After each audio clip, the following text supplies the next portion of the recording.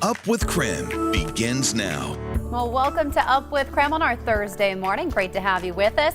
Up ahead, we have more information on the next round of COVID-19 vaccine appointments at the Spokane Arena. Nicole Hernandez is there. We'll be checking in with her in just a few minutes. Meanwhile, across state line, Kootenai Health is working through COVID-19 vaccine appointments as well. Up ahead, we check in with the Panhandle Health District to see how the rest of North Idaho is shaping up. Plus, Washington promised to focus on racial equity during the vaccine distribution, but has not released any specific information. We are working on that right now. We check in with the state to see what progress is being made. This year, Black History Month comes during a pivotal time in American history. We came through what I call a long, dark winter for the Black community in particular. This morning, we are checking in with the editor of The Black Lens to share the latest on their newspaper's February edition. And we're taking you outside where we have another chilly start to the day, but some interesting clouds moving in ahead of our next chance of snow. Super Bowl Sunday is approaching, and you know we like our snacks here on Up with KREM. So this morning we want to know what you think of the new list from DoorDash. All right, they're saying that peach cobbler is the top snack in Washington, and in Idaho it was stuffed jalapenos. Well, do you agree? If not, what would you say our local favorite is? Vote on our live poll on Twitter right now or text us 509-448-2000. 60% of you this morning are saying they're both wrong. I'm there with you. Stuffed jalapenos, 28%. That's a little bit more in line with the Super Bowl themed. But peach cobbler, 5% of you guys are only saying that's right. And I think it's an interesting one. You know, if anything, wouldn't it be cherry pie because we have Rainier cherries? Here in the Washington, but peach cobbler, I mean, peaches aren't even in season, so it's canned peaches? Ugh. Peaches come from a can. They were put there by a man. You're obligated to sing that song when talking about peach cobbler, right, Jeremy? Actually, they're telling me to rap, so this is Jeremy doing Presidents of the United States of America in rap form. Peaches come from a can. I'm sorry. Let's do That's a TV joke for everyone at home. All right. I am so sorry about that to everyone watching at home. We are quite chilly this morning, 29 degrees here in Spokane. And that's ahead of our next push of moisture that is going to bring about some snow showers later today. Really everywhere where you see clouds on this little panel is where we will see some snow showers. You move your way out to the west, you find yourself in the Columbia Basin, you're going to be in the rain shadow and you aren't going to get moisture out of this. So as it develops, most of it starts in higher elevations in the middle part of the day, and then it'll grow a little more widespread through the second half of the day. This says, get ready for it in Spokane. I say, yeah, probably a little bit, but nothing overly widespread with temps up near 40. Today, it's likely a few sprinkles coming down. Overnight, we'll see cold air move in, and we could see a little bit of snow in places like South Hill early Friday morning. But in town, expect less than an inch out of it. And today, kind of your calm before the action. We got clouds, but the snow, that flies in the mountains of Idaho as temps climb up to near 40 for us. Yeah, we got a little ways to go here. 29 degrees this morning. Jeremy, can you feel it outside? Yes, that's why my rap was so bad. That's the reason. That's why? That's the reason. Okay. That's it. That's the only reason. We'll stick with that, Jeremy. No other reason. Thank you. All right, 7:04 now.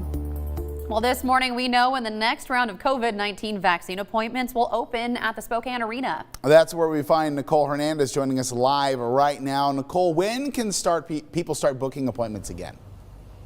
Yeah, Joshua, Jen, Tuesday is the day. In just 5 days, people will be able to either pull out their phones or pull out their computers to actually book an appointment to make a vaccine appointment here at the Spokane Arena. And of course, the hope here is that things go a little bit smoother than they did the first time this happened, and that is why Chaz made a bunch of different changes.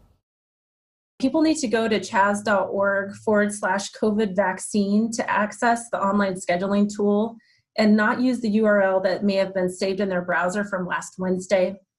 The link URL has been updated to point to additional technology resources, including a line queue, that will alleviate technical difficulties for users. Now again, that website will go live on February 9th. You'll be able to book an appointment for as early as that same day. The first time they did this, the site overbooked, it crashed, and there were massive traffic issues here at the arena. But Chaz hasn't had that problem since the first day. Before Tuesday, the plan is to vaccinate another 2,500 people. Those appointments are all booked right now, though. So if you want to know what to do to actually make an appointment here coming up on Tuesday, here's all the information you need. So you're going to want to write this stuff down. First off, the website that will go live on Tuesday is chaz.org/COVID vaccines. And the number that you can call starting on Tuesday is 509-444-8200. And if you're interested in some links with as much information as we have about the Spokane mass vaccination site and what will happen here coming up on Tuesday, you can text the word vaccine to our number, 509-448-2000. Live in Spokane, I'm Nicole Hernandez. Well, looking across state lines now, Kootenai Health has announced new appointment openings as of yesterday, but they're already booked through all of next week from February 8th through the 12th.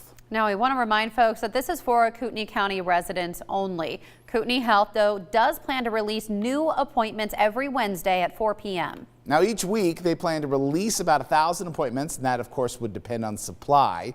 The doses are given to the Panhandle Health District, who then distributes them to counties depending on their population. That includes Kootenai, Bonner, Benewah, Boundary, and Shoshone counties. Now, that is by appointment only. No walk-ups are allowed. There's also no wait list, and rescheduling appointments is not currently available. So it's a one and done kind of deal here. So leaders, though, say there may be a limited number of same-day appointments that do become available. Now, if you would like to check for those same-day appointments, maybe try and make an appointment yourself when the new openings are announced, you can go to kh.org/COVID-19/vaccine. They ask that you do not call local clinics or hospitals to make those appointments, but appointments are open to residents of Kootenai County who are 65 years or older. You can plan to bring proof of age and residency to your appointment. Now, that's a lot of information we threw at you, so you can text vaccine to 509-448-2000.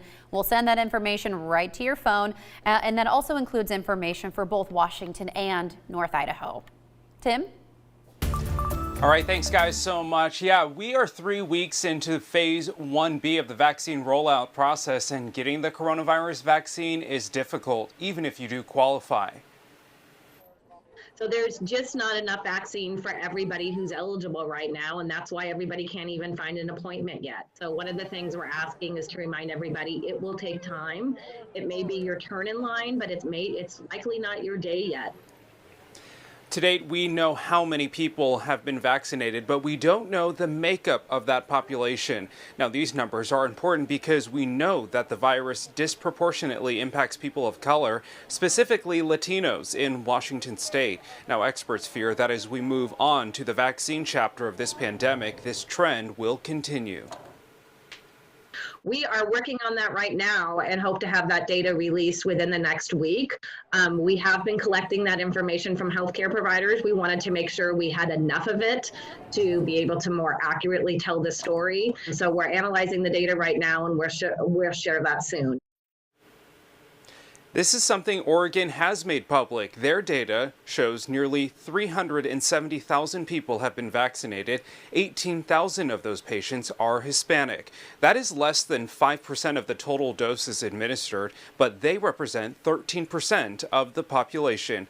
We'll, of course, keep asking the tough questions once Washington releases their data. All right, and still ahead here on Up with KREM after the break, we're talking about a special election which is less than 1 week away. Our counselors and our mental health therapists are funded significantly by the levy. Everybody agree with that? After the break, we're hearing from advocates for the levy. We're also talking about a bill in Olympia that would affect how levies are even talked about.